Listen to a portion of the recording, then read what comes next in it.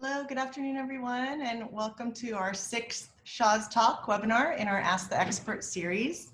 Today's topic is, what are the foundations for success? My name is Dana Newman, and I am the enrollment manager for Shaw's Preschool Group. I have the pleasure of working with our speaker today, Imeelia. To give a brief outline of today's session, we will have Imeelia Ismail-Tan speaking with us about today's topic. What are the foundations of success? We will then have a brief question and answer session to follow. We invite all of you to use the chat function to send in your questions, and we'll try to get through as many questions as possible today. So it's my pleasure to introduce Imeelia. Imeelia is the curriculum director of Shaw's Preschool Group. She started her career in early childhood 17 years ago as a preschool teacher. She holds a Master of Education in Early Childhood from University of South Australia, and throughout her career in this industry, she has held various teaching and leadership positions both locally and overseas. She's especially passionate about curriculum development and teacher training. So for the past 7 years, Imeelia has been responsible for those areas in Shaw's. A self-proclaimed play advocate, she believes in play-based approach to education because it's respectful to the children, to how they learn, how they develop, and how they naturally are. So Imeelia, thank you so much for joining us today. How in the world are you going to tackle a topic as huge as this? Hi, Dana, and hi, everyone. Thanks for being with us today. Now, this is a huge question, but the good news is that this is a topic that we have spent a lot of time picking apart. What I would like to do for this afternoon is to break this up. So one half of the equation is foundations, and the other half is success, right? And I'd like to start perhaps with the definition of success. What does success mean to you? So parents, I think it's important to take a step back from thinking about our children, to think about ourselves first as adults. How would you define success for yourself? Does it look look like perhaps wealth? It could be health. Maybe you might be thinking about financial freedom. Some of you might think about career progression, achieving all of your goals and dreams. You might think about having a good job, having a loving family, perhaps finding your passion, your true calling, doing what you really love, or even making a difference. So it could be any of these indicators, and chances are some of those that I've mentioned might hit the spot for you. And there can be many other indicators as well. And everyone will have some similar indicators in mind, and yet some very different ones too. But whichever of these you think of, we have so much research in the recent years that identify some very, very key precursors of success. And I'll talk about these in a bit. Now, what about success for our children? How do you define success for your child? Yeah. If you look at some of these indicators here on the screen, you might be thinking of some of these and more. Now, in Shaw's, these are exactly the kind of things that we want to work towards for all of our children. But going even further, in our eyes, successful children are those who enjoy learning new things and being with those they love. They have good character, morals, and values. They are happy, they are confident, they are respectful. Successful children become successful adults who have high levels of self-esteem and self-worth. Now, isn't that something so powerful? Absolutely. So how do we go about building the foundation for this kind of success for our children? Right. Bearing in mind that we live in the information age and in an ever-changing world. I mean, just look at 2020 itself. We've been hit by such a big, impactful change that none of us saw coming. And we never know what's going to happen in the future. So it's important that we equip ourselves, and even more so our children, with a specific set of skills that not only will carry them through school, but also through the rest of their lives, to be ready for the future, to be ready for our ever-changing world, not only to survive it, but to thrive, to perform, and to excel. Now, throughout my own years of education, and I think probably yours too, there was a lot of focus on learning facts, on memorizing facts and recalling facts, yeah? The person who could memorize the most seemed the smartest. But in this day and age, just having the answer doesn't get you that far, because anyone with a smartphone can get the same answer. Yeah, you have to know how to make sense of the information and filter through the information. So this is where things like creativity, critical thinking, curiosity, initiative, entrepreneurship, organization, and analytical skills will come in. uh, we have to realize that the world has shifted, and this shift is now becoming more apparent in higher education. So, what is of bigger value is the ability to ask good questions instead of just having the right answer. We must be able to fail and then adapt and then accomplish something. Now, the question is, how do we help our children develop these abilities so that they can face whatever comes? So, in comes the 21st century skills. Yeah, so this refers to a broad set of knowledge, skills, work habits, and character traits that are believed by educators, professors, employers, and others to be critically important to success in today's working world. Yeah, so this comprises of learning skills like critical thinking, creativity, collaboration, and communication. Okay, and then literacy skills, so to be literate in handling information, handling media and technology, as well as life skills like flexibility, leadership, initiative, productivity, and social skills. Oh, it's so true, isn't it? That there's just so much information, coming at us, and how to help them filter through that, like you mentioned. So we can see that the skills are so important. And do we really think that preschool is the right time to introduce these skills? I think that's a great question. Some of you might be asking, uh, is it too early to worry about these things? Is it too early to burden our children with learning these skills for the future? Now, it's important to bear in mind that there has been so much extensive research on how the brain is wired and how children learn from even before birth. And what has been consistently evident in all of these research findings is that the brain is best wired to learn these skills before the children even turn 5. So that's smack in the middle of preschool, isn't it? So we feel that it's so crucial that we take notice of these life skills and make best use of these precious preschool years to nurture these skills in our children. And we must help them build these skills early, and preschool is the best time to us. Yeah, preschool is where the building blocks for their whole education, their whole development is laid down. So essentially, what we're trying to do is to set them up for success in life. And the fact is, these are all skills. So skills can be learned, can be nurtured, and can be honed. So the more time and experience you have with it, the better you will get.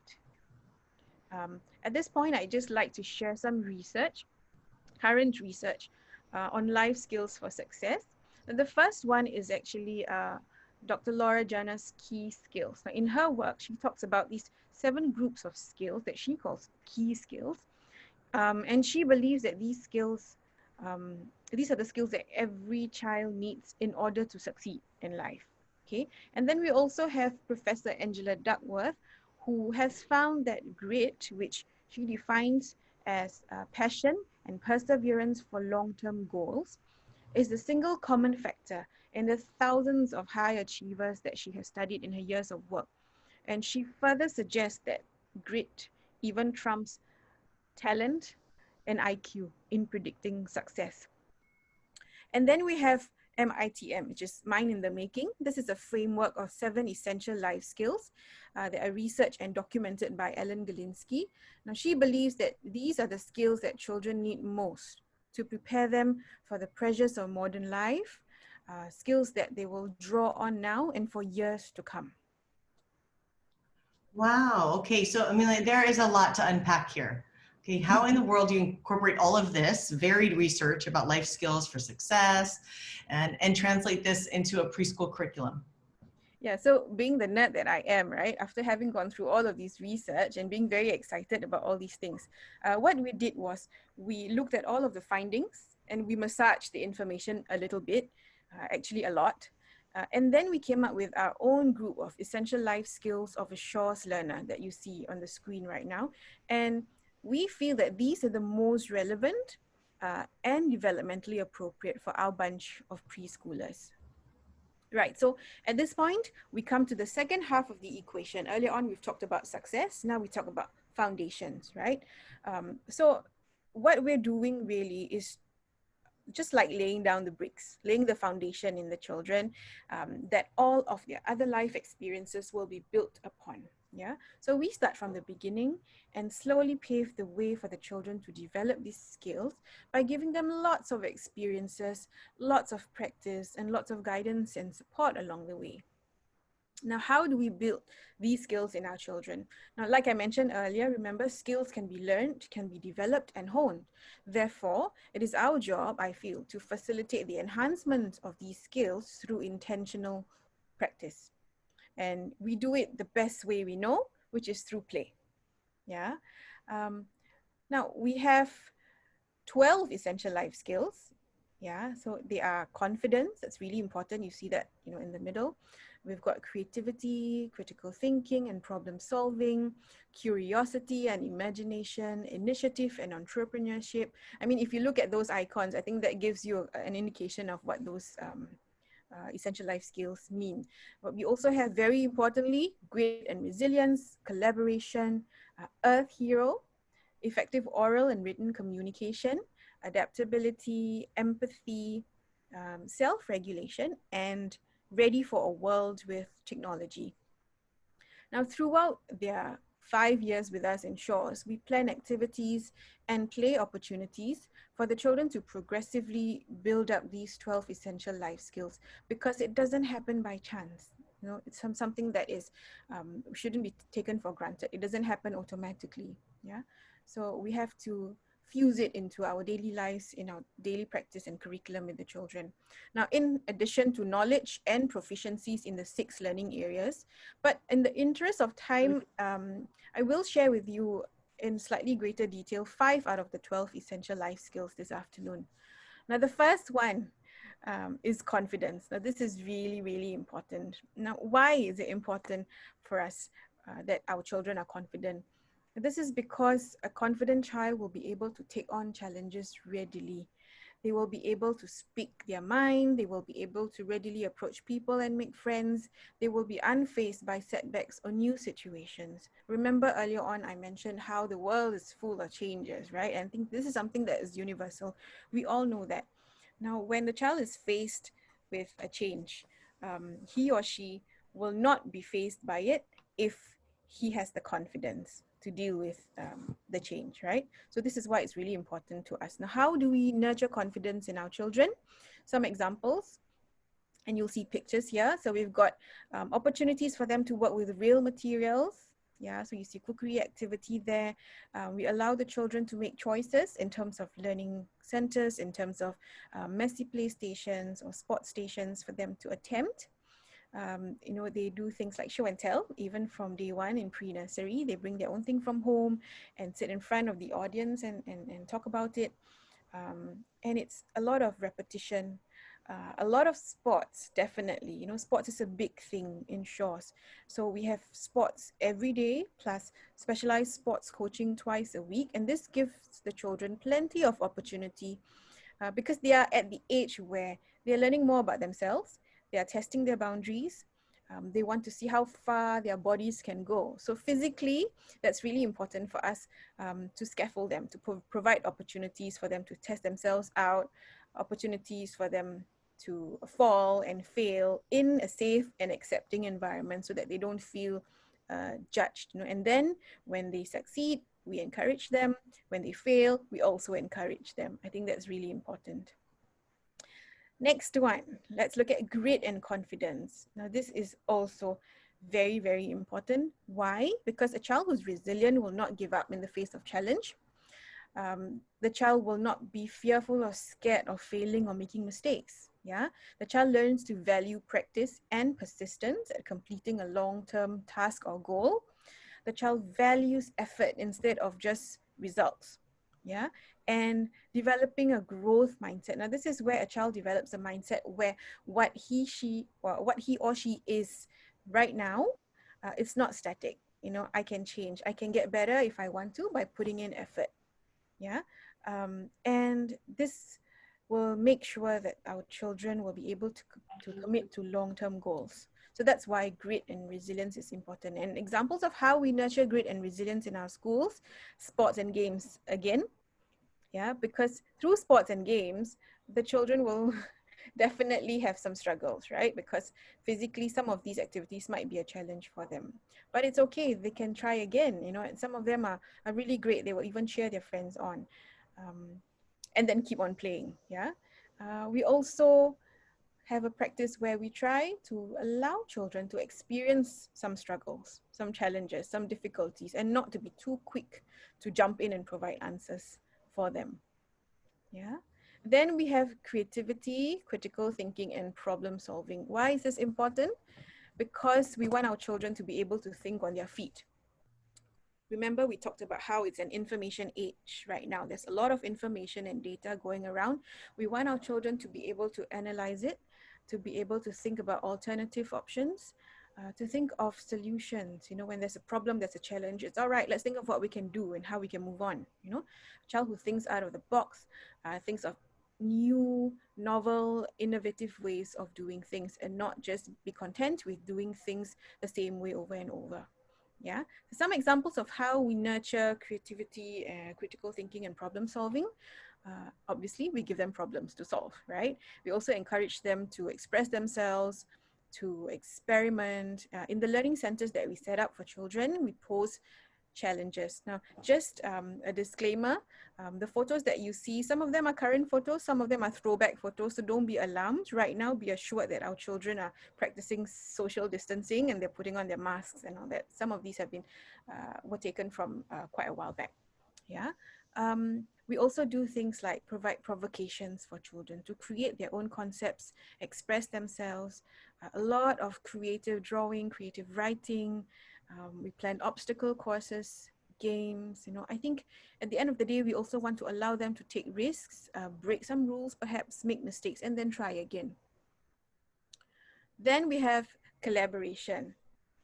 Yeah. Why is this important? Now, we don't live in solitude, right? It's very, very important for our children to be able to get along with other people, to be able to work in a team. And not only that, but to be able to see from other people's perspectives and value other people's ideas and contributions. And also to, at the end of the day, be an active contributing member to society. That's why collaboration is important. And how do we nurture this in our schools? We plan a lot of group activities, team activities, you know, opportunities for them to share and work together towards a common goal. Yeah, again, sports is an excellent way to do that. Right, so then the fifth one is effective oral and written communication. Why is this important? Again, because there is a lot of information, there is a lot of stimulus from the environment, from the world around them. We want our children to be able to make sense of the information and then communicate it effectively, to be able to represent information and share information in effective ways, yeah? And to make sure that our children have the tools to be able to interact well with others and to articulate his or her thoughts, ideas, and even passions. How do we nurture this in children? Not by drilling them with a lot of rote writing, yeah, but by giving them functional opportunities to read, to write, to spell and express themselves. For example, through writing letters, making comics, creating campaign posters like the photos you see here. The children actually made posters about saving the earth, saving the endangered animals, and you know, things like stop plastic waste. Yeah, so if they are effective communicators, they will be better able to articulate their thoughts. Yeah. We also do things like expose them to a lot of different varieties of texts to build their interest.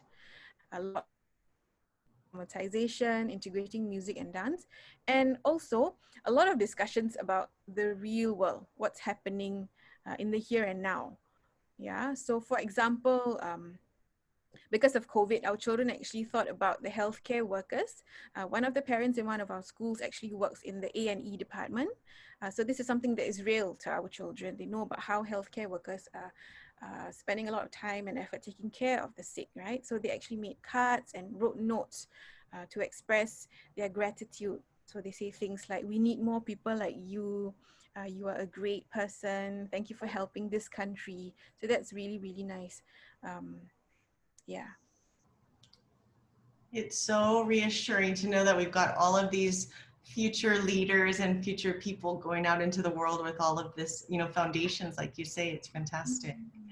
So thank you, Amy. It's great to see why each of these essential life skills is important and how you fuse each of these into the Shaw's Play curriculum. Are you able to give us a synopsis of the rest of the 12 essential life skills? Yeah, for sure. So we'll just look at some pictures, and I'll just go very quickly into what each of these are. So curiosity and imagination is important to us because we want our children to always want to know more and not be content with, face value. Just to be able to ask questions, to be able to imagine scenarios like you see the children playing in the mud kitchen and cooking up storm. We want our children to love to create, to enjoy investigating and digging up information. And you can just see the concentration on their faces when they are looking at something real close up. In this case, it's a caterpillar. Yeah.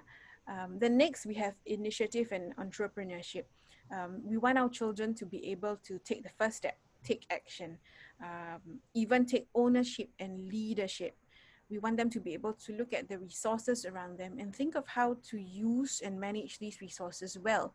So for example, we have our children setting up stalls where they sell fruit and packet drinks. And then on the right side, you have actually the children planted some herbs in their garden in school, and then they harvested them and sold them to the parents or anyone walking by actually at this point of time. I remember getting a stalk of lemongrass, but basically what they did was with all of the money that they collected from the sales, they decided to actually go and buy more seeds so that they can plant even more. So it's not really about just making money or amassing profits. We're not exactly teaching our children to be to be business people, but then again we are laying the foundations of those skills that will come in handy if they do decide to become business people in future, right? And then we have earth heroes. This is really lovely to see because even though the children are so little, they actually feel that they're really, really important in having a voice to protect the earth, to save the environment. So we want them to feel capable of having a voice, yeah, of being, making a difference, really. So we do things like our recycling and repurposing efforts. We've got our Bring Your Own Bag initiative. We have our children being so interested and invested in setting up their butterfly oasis, and we want them to be respectful of nature and the environment. That's why we put all of these initiatives in place. Then we have adaptability. Adaptability is important because we want our children to be able to function given any situation so that they are not easily stressed or worried by a change of environment, and they're able to take challenges and changes positively. And we have seen our children exhibiting these over the circuit breaker period when we had to have home-based learning and we had to have online classes via Zoom, and they were able to adapt to it pretty well. So I think they're on their way. Yeah. And then we have empathy. It's important for our children to have empathy. Again, this was a hugging day before circuit breaker, disclaimer. And we want our children to be able to have empathy so that they can read other people better. Yeah, to be able to think from another person's perspective, understand how their own actions can impact other people, and generally to have more tolerance, more acceptance for other people. We also want our children to think along from the perspective of things, so like we do things like what if I were So we start with animals, for example, or superheroes. So if I were a superhero, if I were a butterfly, and then we also go on to more silly things like if I were a box, or if I were the coronavirus. So we get children to think about the flip side, on the other side, and not just their own egocentric views. Yeah. Then we have self-regulation. Now, we want our children to be able to self-regulate, to be able to deal with their emotions slowly but surely, because if they are well regulated, it will really enable them to learn better, learn faster. It will improve their attention and their focus, because if they're able to filter out distractions, they will they will develop better focus. And when a child is able to regulate his or her own emotions, it makes them feel really great about their own self-control. So that's great. And then finally, we've got ready for a world with technology. Now, this is not screen time. Yeah, this is getting the children ready for technology, and not be afraid of technology. So we start off with code play, where the children play, and we start with unplugged coding. So it's not about playing games or staring at a screen. It's about understanding that if I punch in these keys or I do this, something else will happen. So if I press this button, it will send a message to this other bit, and it makes that thing do something. Yeah, so it could be movement, it could be sounds, it could be lights. Essentially, it's about understanding the process.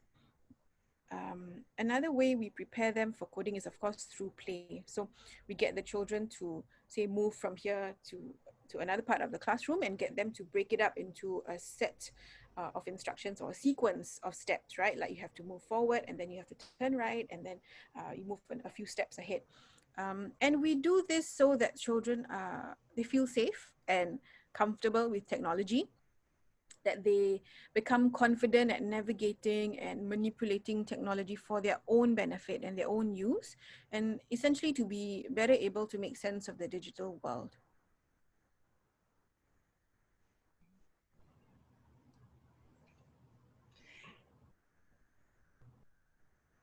So these all of these essential life skills that I've shared with you are what we think would be the precursors to success, coupled, of course, with building knowledge and proficiencies in the 6 key learning areas that you see on the screen right now. And this is what the Shaw's Play curriculum is built upon. Thank you so much, Amy. And it's a great reminder of how preschool provides the opportunity, like you mentioned, for the children to have these interactions and have these experiences so that they can practice these skills. Fantastic. Thank you so much for sharing your expertise with us. Thank you. So now we'll go ahead to the question and answer session. Thank you to all of you who have already sent in your questions via the chat function. We'll try to answer as many as possible. If there are any remaining questions that we don't get to, Amy will be sure to go ahead and answer you individually. Okay, so here we go. This first question here. What is the difference between creativity and imagination? Okay. Creativity and imagination are actually quite interlinked. They are related, and there is overlap, but there's also some distinct differences. So imagination is your ability to be able to think up new thoughts, new ideas, and new images in your mind about things that are not present, things that may or may not exist, things that might not be even physically realistic. Yeah, so it's something that might be fantasy, right? Whereas creativity is when you use what you know to create or bring into existence or construct something that is completely new or novel. Yeah, something that has not been created before. Creativity is essentially what you exhibit when you make something using your imagination. So in a sense, creativity is more tangible. You will be able to see it. Okay, great, thank you. Okay, question number 2 here. I'm interested to hear about how you include technology in school. How do you manage screen time for the kids? How much technology is too much technology? Everybody is wondering these days this question. Yeah, well, technology is really important, but again, I have to insert a disclaimer here. Technology does not equal screen time. Yeah. So in Shaws, we start with code play, and this is unplugged coding because we want the children to be able to first have the foundation, the basic skills of visual coding and computational thinking. So this is where, like I mentioned earlier, we might do things like plan a grid for the children and get them to try and plan a series of instructions so that they get something from here to another part of the classroom. So there's a command of movement that has been broken down into steps. Okay, and after that, progressively, we will introduce to them the code play toys like the bee bots, the blue bots, the dash robots. And these are actually very simple, very child-friendly tools that will enable them to say, for example, press buttons that go forward, backward, left and right, and then get the children to play with what else it can do. So the children get time to play with it, understand how it works, and for very long time, they actually spend time with these bots because they press one button and then see a reaction, and it's a wonderful experience for them. But what we want them to be able to understand is that you control the bot, and you decide what you want the bot to do. So it really is not about staring in front of a screen for extended periods of time. Yeah. How do you manage screen time? I think we like I mentioned earlier, technology or code play does not equal screen time. How much technology is too much technology?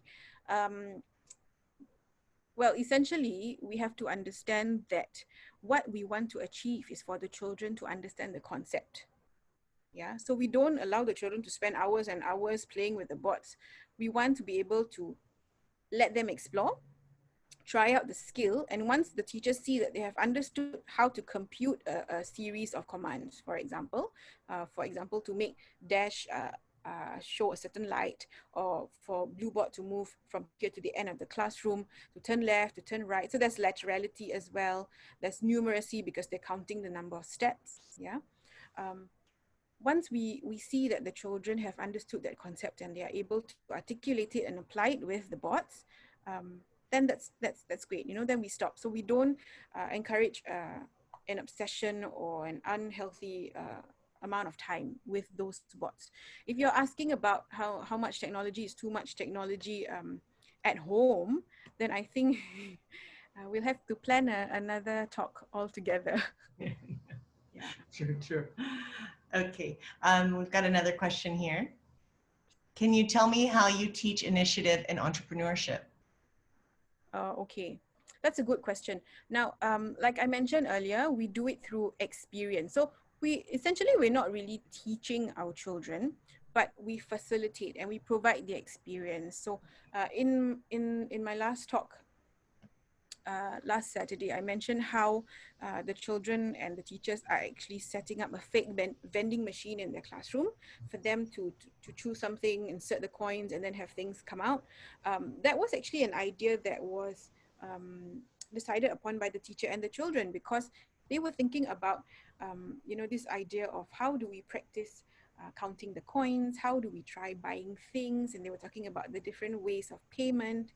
So that actually came up from discussions with the children. Yeah, we want to give the children real life situations. So another example would be when we had a major decluttering exercise in the classroom, where the children looked at the resources they had and thought about what were the things that they really needed, what they didn't need anymore, what could be put to better use or recycled or repurposed, and then basically decide how to make better use of the space and the resources. I think that the planting and harvesting was another example of how the children decided that, they wanted to sell the lemongrass and the other herbs that they planted, and then decided collectively what to do with the money that they collected. Yeah. So it's also about provocations, giving real experiences, asking the children what ifs.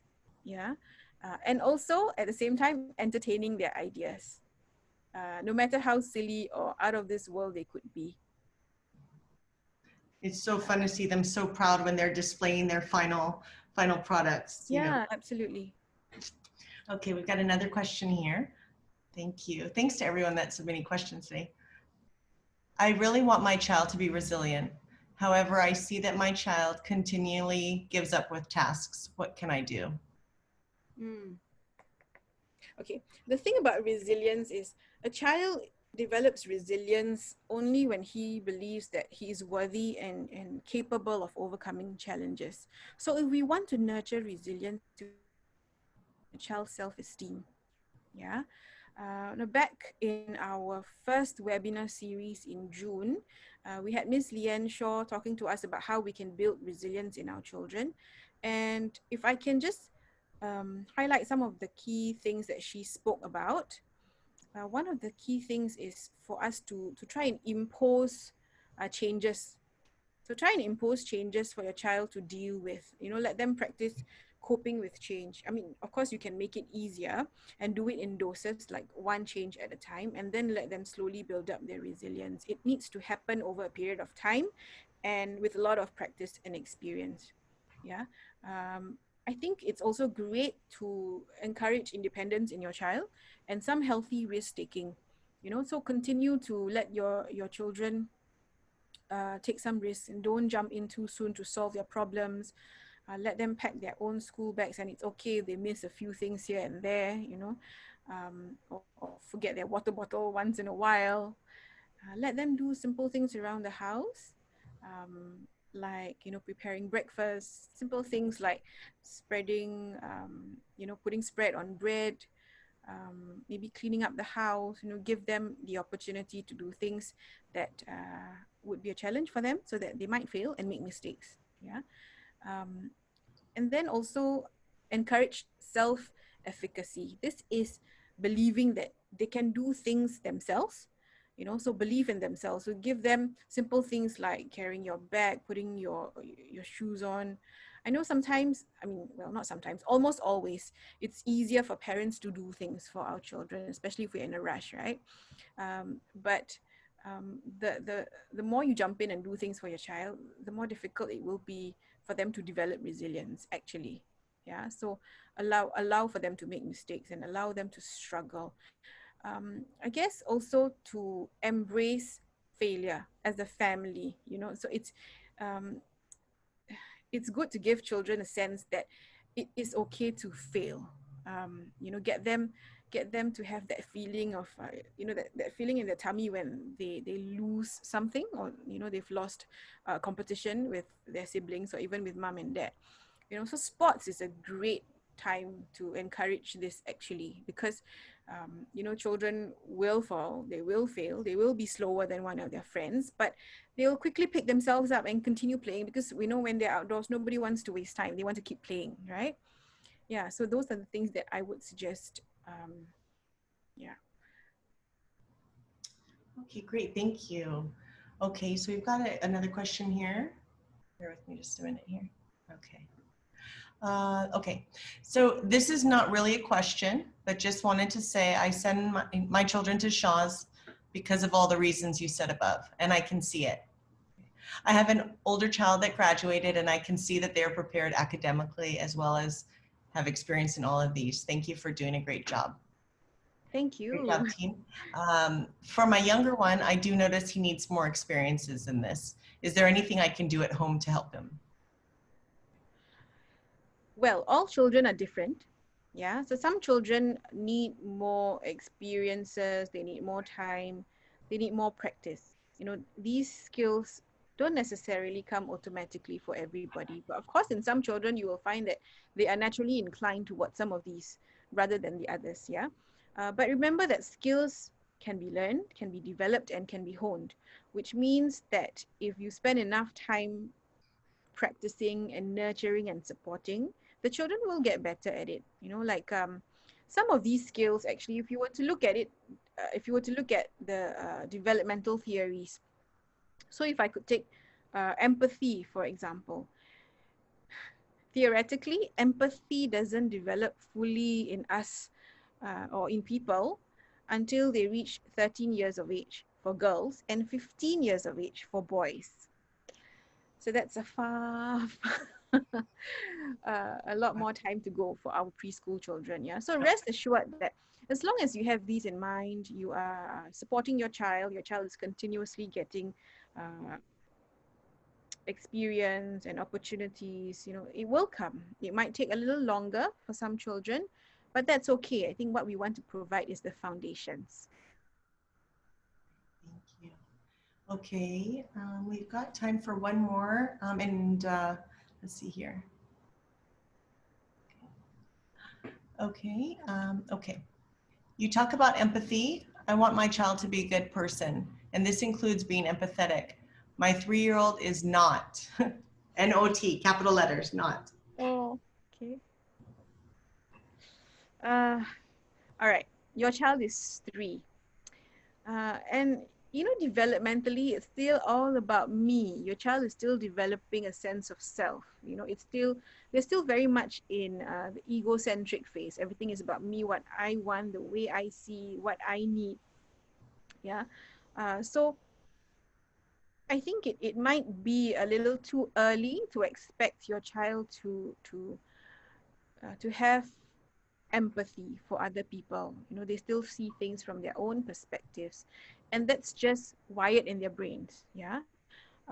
What we want to do is to provide them modeling. Yeah. So when your child is very young, you act as the model for your child, teachers, parents. Yeah.